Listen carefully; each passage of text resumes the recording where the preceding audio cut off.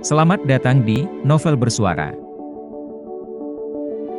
Sebuah cerita yang berjudul Bunda, Bukan Wanita Malam. Episode 20. Oleh autor Kolom Langit. Dengan If sebagai pengisi suara. Selamat mendengarkan.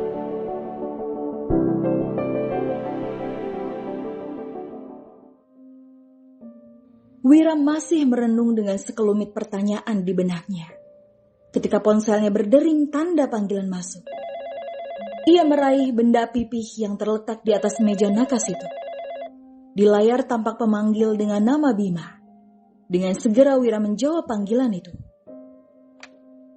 "Ada apa, Bima?" Tanya Wira tanpa basa-basi. Sesaat setelah panggilan itu terhubung.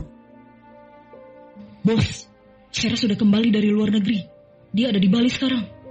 Raut wajah Wira yang tadinya sedih pun berubah. "Kau yakin?"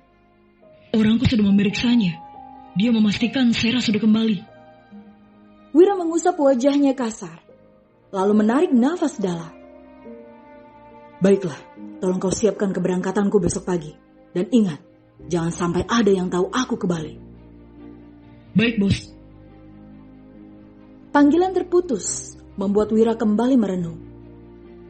Pikirannya bercabang antara Via dan anak perempuannya yang menghilang 4 tahun lalu. Ia ingin meluruskan kesalahpahamannya dengan Via. Namun menemukan putrinya juga sangat penting baginya. Berharap pencarian selama 4 tahun akan berakhir dengan menemukan anaknya. Malam itu untuk kesekian kalinya, Wira tak dapat memejamkan mata. Rasa bersalah pada Via seakan menghantuinya. Perlakuan kasarnya, suara tangisan Via yang terus terbayang, serta ucapan Lila yang ingin kembali tinggal di panti karena takut padanya. Hingga menjelang pagi, Wira tak kunjung dapat tidur dengan nyenyak. Masih dalam posisi berbaring, ponsel berdering kembali. Tanda pesan masuk.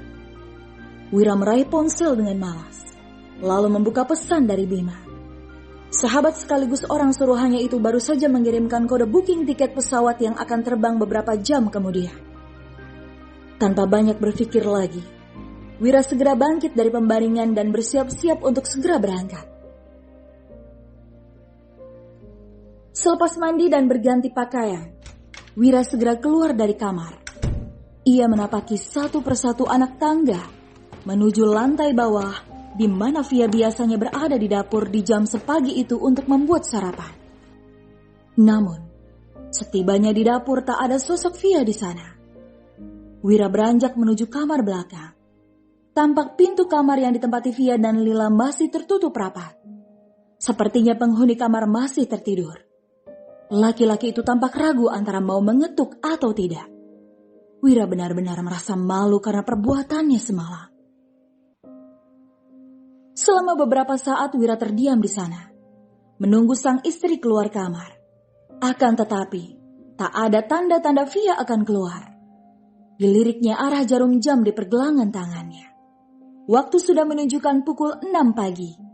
Sementara jadwal penerbangan yang menuju Bali tinggal beberapa jam lagi. "Sudahlah, aku akan bicara dengan Via setelah tiba dari Bali saja."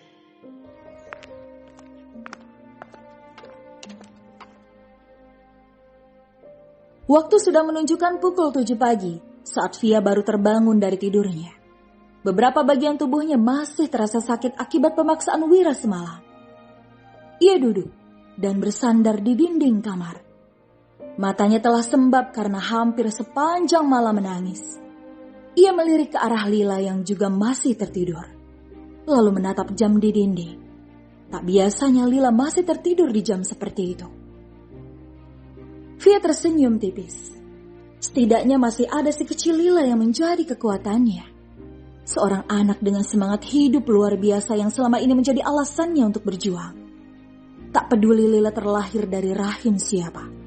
Wanita itu mencintai peri kecilnya lebih dari apapun di dunia. Dan demi Lila, Via akan sanggup melakukan apapun. Seperti biasa, Jika Lila masih tertidur, Via akan membangunkannya dengan mengecupi wajah polos itu berkali-kali.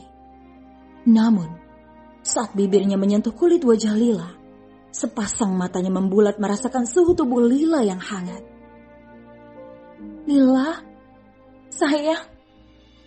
Panggilnya khawatir seraya menyentuh kening dan bagian tubuh lainnya.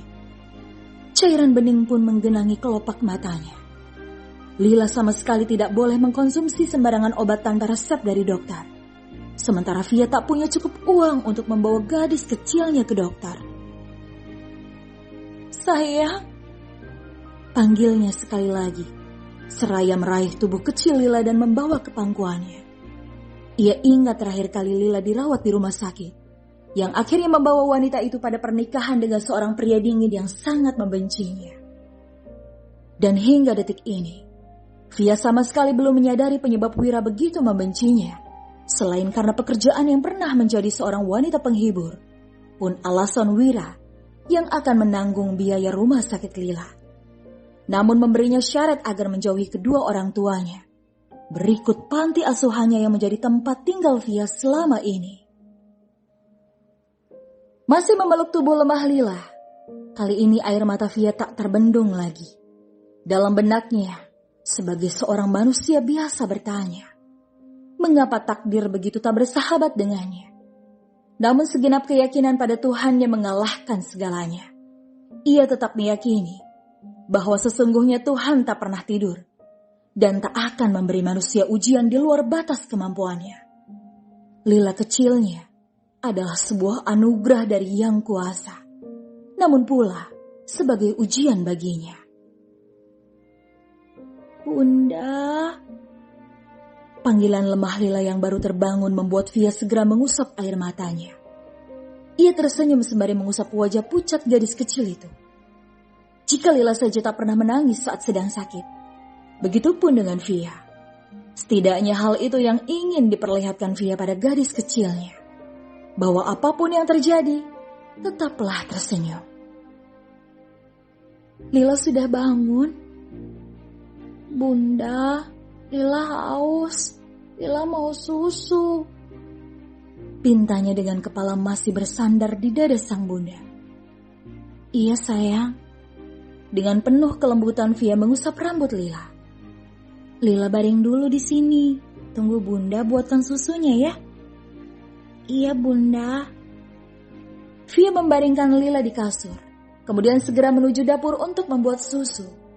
Namun saat membuka kaleng susu, wanita itu baru teringat. Persediaan susu Lila sudah habis sejak semalam. Via terdiam selama beberapa saat, sebelum akhirnya mendengar suara panggilan Lila dari dalam kamar. Wanita itu pun meraih gelas dan menuangkan air putih, lalu kembali ke kamar setelahnya. Ia menyodorkan segelas air putih pada Lila. Lila kan maunya susu bunda, ucapnya lemah ketika melihat isi gelas yang dibawakan sang bunda untuknya. Susunya habis sayang, bunda belum beli. Lila minum air putih dulu ya, nanti bunda belikan susu lagi. Tapi Lila suka susu bunda. Dengan penuh kesabaran Via menjelaskan pada gadis kecil itu. Sayang, susu sama air putih itu sama, bisa menghilangkan rasa haus Lila. Bedanya susu warna putih dan rasanya manis. Kalau air putih warnanya bening. Ya udah bunda, Lila minum air putih aja. Tapi nanti beliin susu lagi ya bunda. Pintanya diikuti senyum dan anggukan oleh Via. Pagi itu Via merawat Lila di kamar dengan mengompres menggunakan handuk, guna menurunkan panasnya. Namun hingga beberapa jam kemudian, tubuh Lila masih terasa hangat. Bahkan wajah gadis kecil itu semakin memucat dan bibirnya terlihat kering, sehingga Via merasa semakin khawatir.